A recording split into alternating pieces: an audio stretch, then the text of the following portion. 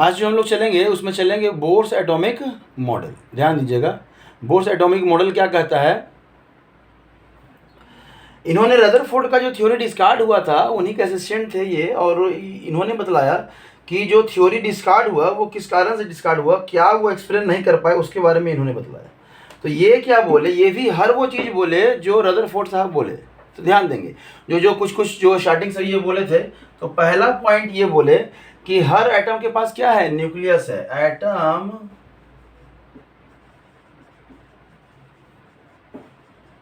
Nucleus, और जिसमें क्या होता है आपका, प्रोटॉन एंड न्यूट्रॉन आपका क्या होता है, प्रेजेंट होता है। कह सकते हैं कि टोटल मास प्रेजेंट होता है, टोटल क्या होता है आपका, मास प्रेजेंट होता है। ठीक है। दूसरा क्या बोले कि जो साइज है आपका न्यूक्लियस का वो क्या है, स्मॉल है, बहुत छोटा है। किसके तुलना में, एटम के तुलना में। किसके तुलना में, एटम के तुलना में। और ये प्रेजेंट कहाँ है, न्यूक्लियस प्रेजेंट कहाँ है, सेंटर पर। कहाँ प्रेजेंट है, सेंटर पर। समझ में आया। तब है कि जो नेगेटिवली चार्ज पार्टिकल, इलेक्ट्रॉन जिसकी बात कर रहे थे, और रदरफोर्ड साहब ने भी यही बोला कि इलेक्ट्रॉन जो है ना वो न्यूक्लियस के अराउंड रिवॉल्व कर रहा है। ये भी बोले कि जो इलेक्ट्रॉन है वो रिवॉल्व कर रहा है कहाँ, न्यूक्लियस के अराउंड। कैसे, लाइक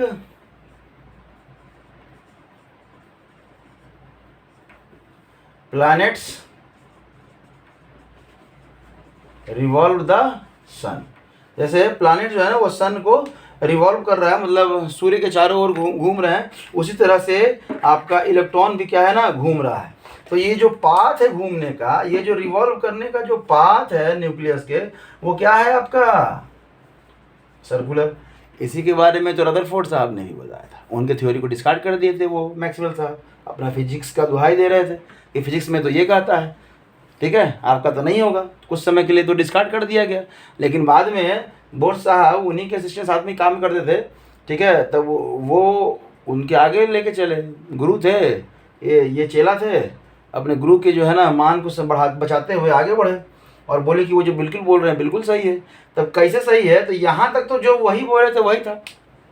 तब क्या है इसके आगे कि आप देखिएगा कि इलेक्ट्रॉन जहाँ मूव कर रहा है, इलेक्ट्रॉन क्या है, जहाँ इलेक्ट्रॉन मूव कर रहा है ना उस ऑर्बिट का, जैसे ये बोल रहा है कि रिवॉल्व कर रहा है न्यूक्लियस के राउंड, लेकिन एक पर्टिकुलर ऑर्बिट में, एक पर्टिकुलर ऑर्बिट में, सर के सर्कुलर पाथ पे रिवॉल्व कर रहा है, बट ऑर्बिट में फिक्स ऑर्बिट है। और जिस ऑर्बिट में इलेक्ट्रॉन मूव कर रहा है वो, या कह सकता है कि किस ऑर्बिट में इलेक्ट्रॉन मूव कर रहा है, जिसका जो एनर्जी है वो इंटीग्रल मल्टीपल है h/2 के। ध्यान दीजिएगा, जो रिवॉल्व कर रहा है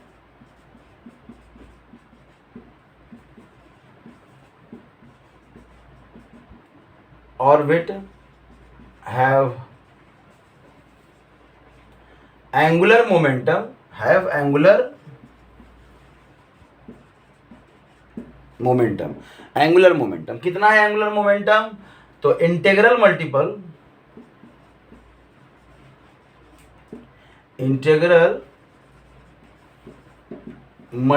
ऑफ h/2 h/2। ये इंटीग्रल मल्टीपल का मतलब क्या हुआ, इंटीग्रल मल्टीपल का मतलब हुआ कि जो आपका ऑर्बिट है वो या तो h/2 होगा या 2h/2 होगा, तो यहाँ से 2 कट जाएगा, h/π होगा, या आपका 3h/2 होगा। कभी भी जो एंगुलर मोमेंटम का जो वैल्यू है वो फ्रैक्शन में नहीं होगा, ठीक है, कभी भी जो है वो पॉइंट्स में नहीं होगा। समझ में आ रहा है, कोई दिक्कत, समझिएगा यहाँ पे, ठीक है। इसको मिटाते हैं, तो बेसिक है, यहाँ पे आप लोग देख भी चुके हैं, ठीक है। मतलब एंगुलर मोमेंटम का जो हम लोग बात कर रहे हैं कि एंगुलर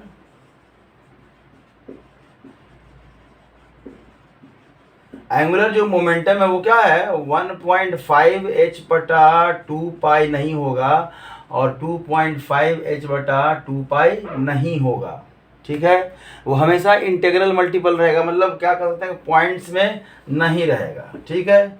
चलिए, तब इन्होंने और क्या बतलाया, ये और जो बोले कि जो इलेक्ट्रॉन जो मूव कर रहा है, जिसमें इलेक्ट्रॉन जिस ऑर्बिट में मूव कर रहा है, ऑर्बिट, तो इस ऑर्बिट को क्या कह रहे हैं, इस ऑर्बिट को हम लोग क्या कह रहे हैं, स्टेशनरी ऑर्बिट कह रहे हैं। क्या कह रहे हैं, स्टेशनरी ऑर्बिट कह रहे हैं,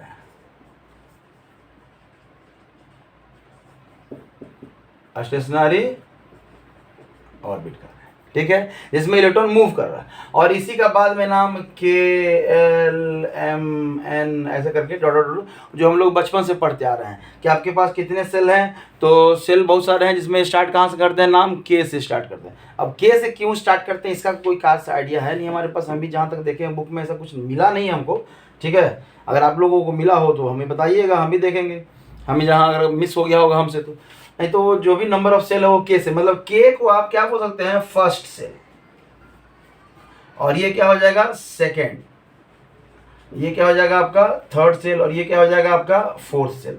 मतलब यहाँ पे अगर हम लोग बात करें कि अगर हम लोग ये बनाए, एटम बनाए हैं, ये पहला सेल, ये दूसरा सेल, ये तीसरा, ये चौथा, तो मतलब इसको कह रहे हैं हम लोग, क्या कह रहे हैं, इसको जो हम लोग कहेंगे वो K सेल कहेंगे। क्या कहेंगे, KLMN, इसी को 4 कहेंगे, इसी को 3 कहेंगे, इसी को 2 कहेंगे, इसी को 1, मतलब K सेल को ही 1, L को ही ऐसे करके।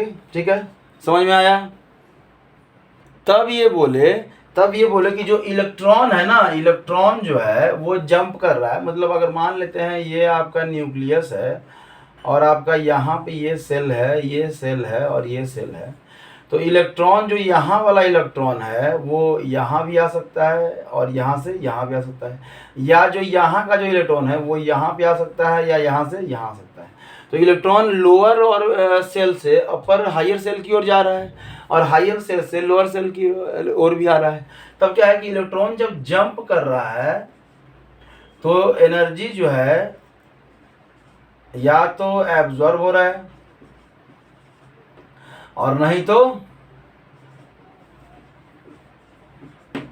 इमिट या इमिशन हो रहा है। एनर्जी का क्या हो रहा है, इमिशन हो रहा है। ठीक है, इमिशन हो रहा है, इमिशन कर दीजिए।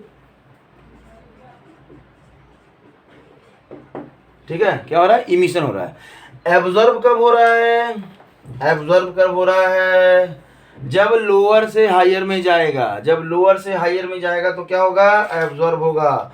मतलब जब इलेक्ट्रॉन जो है ये अपने लोअर से, मतलब पहले सेल से अगर दूसरे सेल में या तीसरे सेल में जाएगा तो एनर्जी क्या करेगा, एब्जॉर्ब करेगा। मतलब एब्जॉर्प्शन जब होगा जब लोअर सेल से कहाँ जाएगा, हायर सेल में जाएगा। ठीक है, तो उसी तरह कह सकते हैं कि जब इमिशन कब होगा, मतलब हायर सेल से जब लोअर सेल में आएगा, तो ये हायर सेल से कहाँ आएगा, आपका लोअर सेल में आएगा, तब क्या होगा, आपका इमिशन होगा इलेक्ट्रॉन। समझिएगा, इस चीज को समझने के लिए एक एग्जांपल देना चाहते हैं। मान लीजिए कि आपको जाना है, आपको 10th फ्लोर पे जाना है, लिफ्ट है नहीं, 10th फ्लोर पे जाना है। आप 10 दिन से भूखे हैं, आप जाने के सक्षम हैं, एबल हो पाएंगे, नहीं हो पाएंगे। क्यों, क्योंकि आपके पास एनर्जी नहीं है। लेकिन अगर मान लीजिए आप 10th फ्लोर पे हैं, भूखे हैं, ऊपर से नीचे आना है, तो सीढ़ी से लुढ़क कर भी आ सकते हैं। वहाँ पे एनर्जी का आपको कोई ज़रूरत नहीं है, लुढ़क जाएगा तो भी नीचे पहुँच जाएगा, नहीं तो उपाय है बाहर से भी आप पहुँच सकते हैं। ठीक है, ये अलग बात है कि वहाँ पे फिर क्या होगा आगे कोई जानता नहीं है। लेकिन कहने का मतलब अगर लोअर लेवल से अगर हायर लेवल पे जा रहे हैं तो हमें एनर्जी का जरूरत पड़ता है।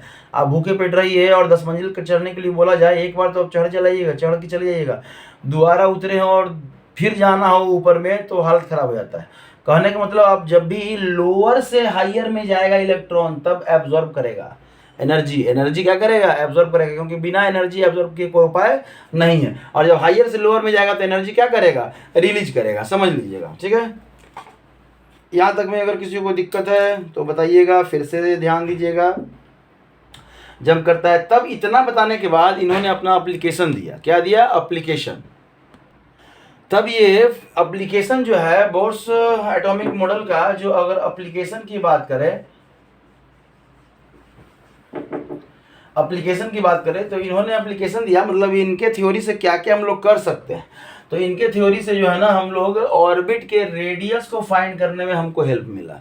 क्या, तो रेडियस के लिए ये फार्मूला दे दिए n² / z × 0.529 एंगस्ट्रॉम।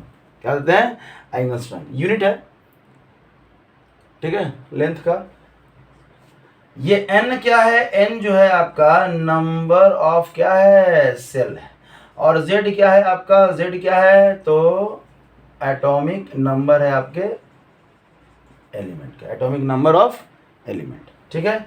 एलिमेंट का क्या है, एटॉमिक नंबर है। तब है कि इनके थ्योरी से हमको हेल्प मिला, क्या हेल्प मिला, तो उस रेडियस में, जिस ऑर्बिट में जा रहे हैं उसका रेडियस तो मिल गया, उस ऑर्बिट में जो इलेक्ट्रॉन मूव कर रहा है उसका वेलोसिटी, वेलोसिटी भी हम निकाल सकते हैं। तो वेलोसिटी कैसे निकालते हैं, तो वेलोसिटी के लिए जो फॉर्मूला दिए हैं वो क्या दिए हैं, z by N into 2.188 into 10⁻6 metre पर सेकेंड। ध्यान दीजिएगा 10⁻6 मीटर पर सेकेंड। इस वैल्यू में थोड़ा ध्यान दीजिएगा, एनर्जी वाले में आप कंफ्यूज करेंगे यहाँ पे, ठीक है। तब जो है इन्हीं के हेल्प से हमारे ऑर्बिट में एनर्जी कितना है वो हम लोग जाने, तो -n² बाई क्या है, z² और इंटू 13.6 इलेक्ट्रॉन वोल्ट। अगर इलेक्ट्रॉन वोल्ट में देखेंगे तो इतना देखेंगे।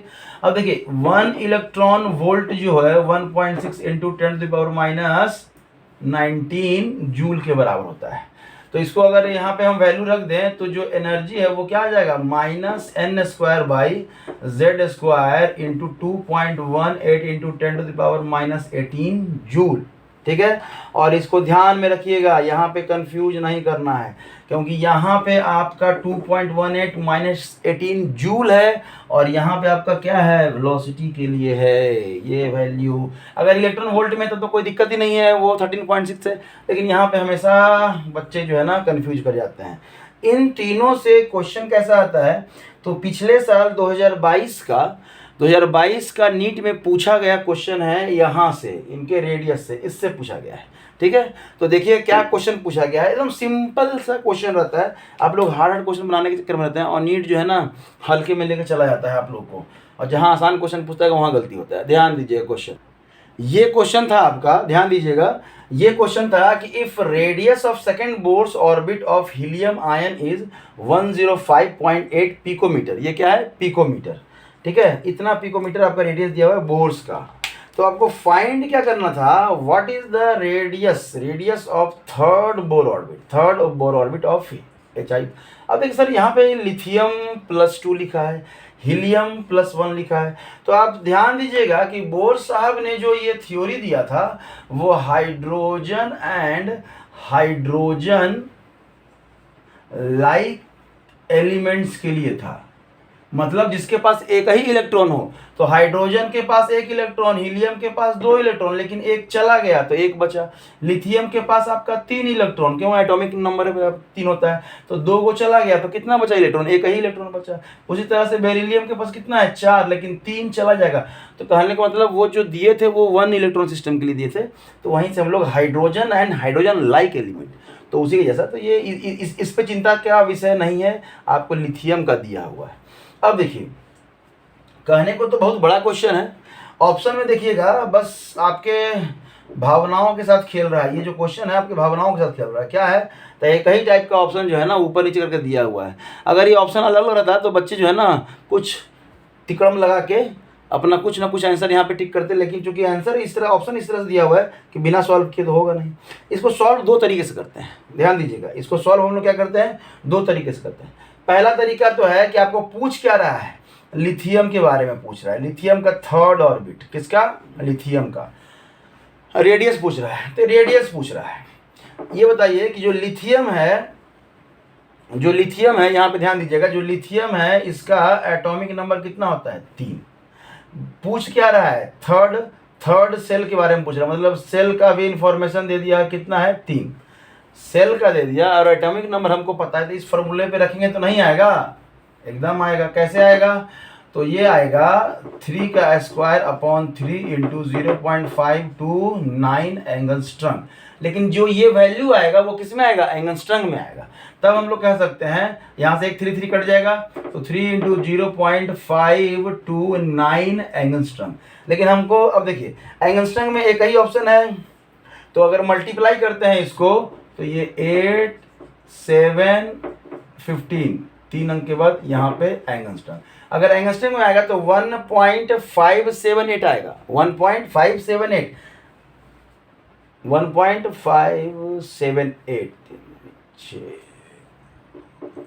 यहाँ पे ये 7 और ये 8, ठीक है, ध्यान दीजिएगा। तो एंगस्ट्रम में तो ये वैल्यू तो होगा नहीं, क्योंकि यहाँ पे 158.7 है और हमारा एंगस्ट्रम में आ रहा है 1.578, मतलब 87, ठीक है। तब है कि अब है आपको पिकोमीटर में चेंज करना ही पड़ेगा, क्यों? क्योंकि पिकोमीटर का यहाँ पे आपको व्यवस्था दिख रहा है। तब क्या करेंगे, ध्यान दीजिएगा।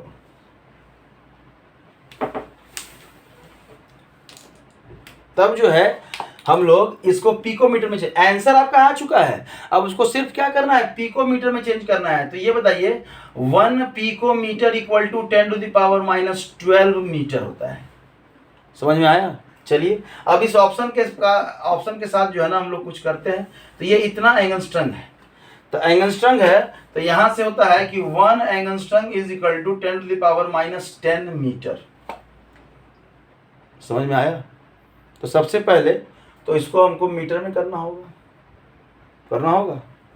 तो जब मीटर में करेंगे तो यहाँ पे कितना हो जाएगा, ये इसको अगर हम लोग मीटर में करेंगे तो यहाँ पे 10⁻⁻10 से तो मल्टीप्लाई कर दे। अब ये क्या हो गया, मीटर में हो गया। अब किस में करना है हमको, पिकोमीटर में करना है। किस में करना है, पिकोमीटर में करना है। अच्छा ये बताइए इस आंसर को आप 1.587 इंटू 10⁻10 इंटू 10⁻2 इंटू 10⁻⁻2 लिख सकते हैं ना। 10⁻2 और 10⁻⁻2 ये दोनों मिलके क्या हो जाएगा, 1, मतलब 0, कोई फर्क नहीं पड़ेगा आंसर में। यहाँ से हम लोग कर सकते हैं 1.87 इंटू, इन दोनों को ऐड कर दीजिए तो 10⁻⁻12 इंटू कितना हो जाएगा, 100। क्यों, 10⁻2 को 100 क्या लिख सकते हैं हम लोग, 100 लिख सकते हैं। चलिए मतलब तब हम लोग कह सकते हैं कि इस 100 को मल्टीप्लाई कर दीजिए तो 158.7 इंटू 10⁻12 ये क्या आ रहा है आपका, अभी तक मीटर में है। तो 187 पॉइंट इतना इंटू, अब इस 10⁻12 को हम लोग क्या लिख सकते हैं, पिकोमीटर। तो क्या हो गया, ये इतना पिकोमीटर। ये आंसर क्या था आपका, ऑप्शन ए। सिर्फ कुछ नहीं करना था, आपके यूनिट के साथ खेल गया, बहुत सारे बच्चों का गलत भी हुआ है, ठीक है। अब कहेंगे सर तो अगर इतना ही से बन गया, अगर इतने से काम हो गया तो ये क्या दिया हुआ था, फिर ये क्या दिया हुआ था, ये वो व्यवस्था दिया हुआ था जिनको पिकोमीटर में नहीं आ रहा है आंसर करने का, वो कर सकते हैं। तो कैसे, समझिएगा। सेकेंड बोर ऑर्बिट का, हीलियम का सेकेंड बोर ऑर्बिट का दिया हुआ है। मतलब अगर रेडियस की बात करें, second orbit n², second orbit तो 2 का स्क्वायर। हीलियम प्लस है, इसका एटॉमिक नंबर भी 2 इंटू 0.529। इसका जो वैल्यू आएगा वो आएगा 2 इंटू 0.529 एंगस्ट्रम। और इसी का वैल्यू दिया हुआ था कितना आपका, इसी का वैल्यू दिया हुआ है 105.8 पिकोमीटर। समझ में आ गया? चलिए अब है कि हम लोग किसका निकाल रहे हैं, लिथियम का निकाल रहे हैं। ये हीलियम का था, हम लिथियम का निकालना है। तो ये क्या हो जाएगा, 3 का स्क्वायर अपॉन 3 इंटू 0.529 एंगस्ट्रम। समझ में आया? ठीक है, यहाँ से आ जाएगा 3 इंटू 0.529 एंगस्ट्रम। अब देखिए, अब ध्यान दीजिएगा,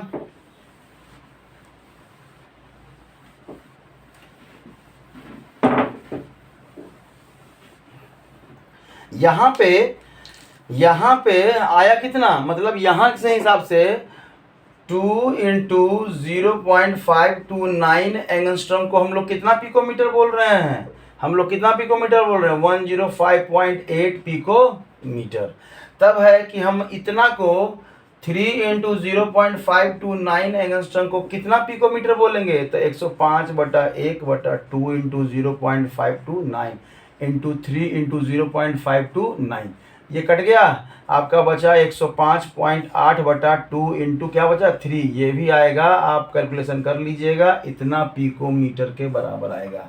मतलब जिनको पिकोमीटर में नहीं चेंज करना था वो पहले से बना सकते थे। देखिए दोनों वैसा दिया हुआ था आपके एग्जाम में, और ऐसा बहुत सारा क्वेश्चन आपको क्वेश्चन बैंक में भी मिल जाएगा। ठीक है, तो ये रहा नीट का क्वेश्चन पेपर आपका, जो 2022 में आपको पूछा गया था। रेडियस से। इतना सिंपल, बस खाली आपको ध्यान क्या रखना है, पिकोमीटर पे।